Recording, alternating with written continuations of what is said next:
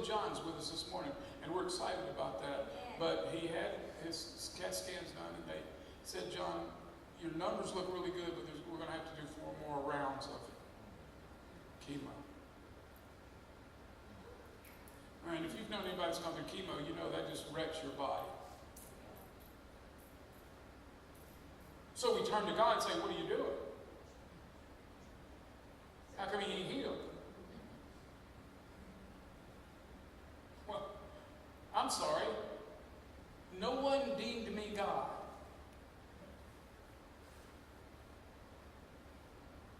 I believe God is going to heal John. I believe God may use the medical to heal John. He may miraculously heal him. I prayed the same prayers over my brother Bob, and people say, well, God didn't heal him. Yes, he did.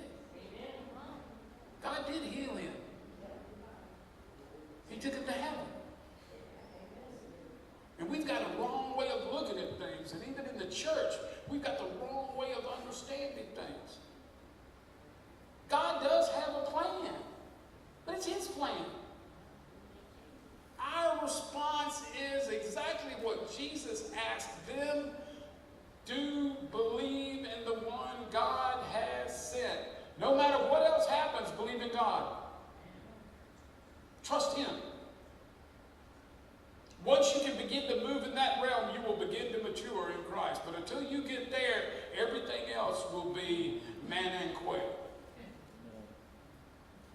You will see God work in other people's lives, and you will see God work, but you will never have the place of faith to be able to say, God is more than able, but if he's not able in this lifetime, he is more than able in the lifetime to come.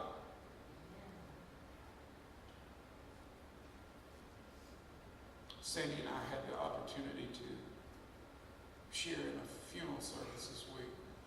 Well, what happened was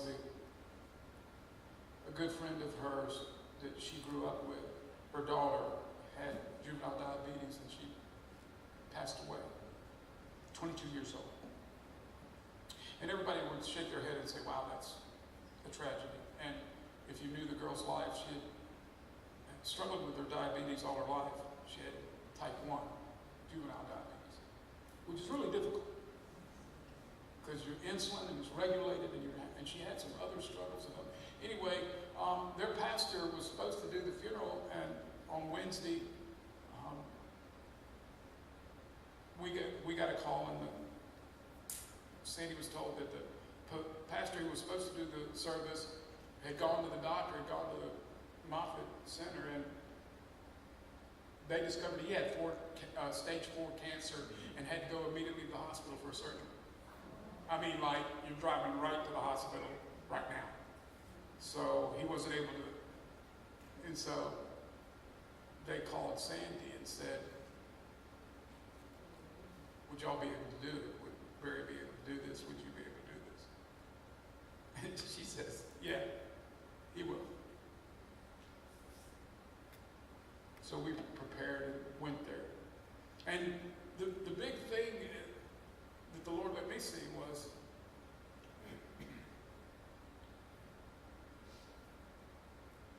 I promise you, most everybody was there, and you immediately go to is, what happened? Was it diabetes? Was there something else? I mean, there's a lot of questions. And she was struggling with a lot of things. But we came to learn that she gave her life to Christ. And in her teen years, she was not only attending church, but she was out witnessing and sharing the good news of Jesus. She got off track and later in her teens. But saved is saved as far as I'm concerned. And that ain't our role. It ain't our job. She had partaken of the bread of Jesus Christ. And but how to handle the 800-pound gorilla in the room? But Sandy gave me the scripture. I mean, she gave me she read, and what she read was from the passage of Corinthians that says, to be absent from the body is to be present with the Lord. Amen. And I drew from the scriptures of Lazarus during the message. And I said to the people, what did Lazarus die of? Anybody know? Old age? No. We don't know. Jesus said Lazarus is sick. And the next thing we know, he's dead. The reason we don't know what Lazarus died from is because that was not important. What was important is Jesus said to Mary, and he said to Martha the exact same thing. They said, if you'd have been here, my brother wouldn't have died. And Jesus told them, guys, we're not going because he is going to die. Because Jesus already knew he was going to raise him up. Jesus said to Martha, and then he said to Mary, I am the resurrection. Do you believe? And they're like, well, we know when the resurrection is going to happen. And he goes, I am the resurrection. The only thing that Lazarus needed to know was Jesus was the resurrection. What you and I need to know is Jesus is the bread of life. If we will partake of him in that nourishment, we are healed, spiritually speaking. Amen. He is the resurrection. Hallelujah. He died on the cross. We believe that, amen? Amen. But more than that, he's asking us to believe deeper than that. He's asking us to walk it out. And that when we are absent from this body, we are present with him. So that was our message. The church isn't too much judgment. We want to judge, we want to condemn, we let them know that that's not our job. It's above our pay grade. We're in the saving business, not in the condemning business. And if people would understand, Jesus came into the world to save the world, not to condemn the world. So when we partake of the bread, and what's interesting in the Lord's Prayer, I'm going to close with this. In the Lord's Prayer, it says that we say this, we recite this in what we call the Lord's Prayer. Give us our daily bread. We don't pray for a month's supply. Give us our daily bread. Now, I don't know if you've done like us, and we give bread. That's pretty neat that we have a bread ministry. But if you take some of this bread home and you leave it out for 5 or 6 days, it gets oldie moldy. That's because it's fresh. It doesn't have all the preservatives in it. Daily bread was to meet a daily need. Jesus is your daily bread. He is your daily need. We partake of that, and in doing that, we must begin to grow, and we must begin to mature. And by believing in him, by putting the faith into action, it's amazing how things that you were once focused on don't really matter anymore. Because you move beyond those. To when we get into dealing in the spiritual realm. When we get into spiritual gifts. When we get into discerning. An infant can't discern things. They have no concept of time. They only know discomfort and comfort. They need to know if their diaper needs changing or they're hungry. Or if they like you. That's the way many new Christians are. They're just like that. They're not concerned with what they're taking in. They're just know that this is good and this feels good and I'm good here. And that's fine at the beginning. But moving on, we move on to mature things. And it must be held. We must hold each other responsible for moving on to those mature things. Do we all fail at that?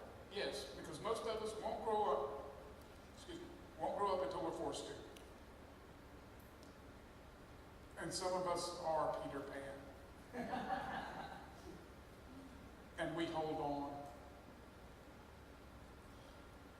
on. So, I'm going to stop right here this morning. Later on in this discourse, as we're going to read next week, is I just want to share one thing with you. Jesus reaches a place in their dialogue. They're having a discussion, and these are Jesus' words. I want you to hear this. Remember the nation of Israel? Right? Wandering in the wilderness doing what? Grumbling and complaining. Later on in this chapter, he's going to say to the apostles, stop grumbling.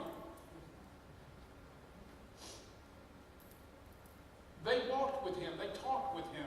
They saw the miracles he did, and yet they become a pack of grumblers, just like the lack of faith. There it goes. The lack of faith group that was in the Old Testament.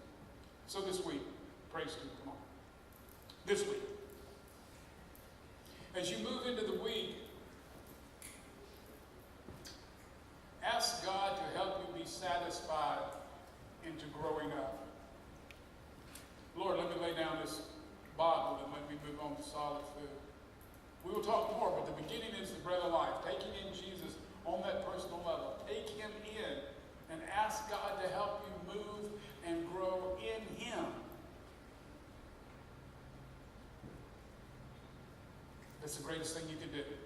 Because we can't move on to a more spiritual being group until the members decide to grow on to be more spiritual. I'm not saying you're infants. I'm saying we all need to grow up. Okay? Me included. I need to grow up in the areas. I got areas in my life I'm still Peter Pan. So we strive to do that. And in that we will see things that we never imagined that we could see. And God will bring us to a place of speaking truth and speaking faith that will bring a miraculous event to take place. Simply because we believe we can do that. But we have to possess it. Let that be our prayer this morning as we stand and sing.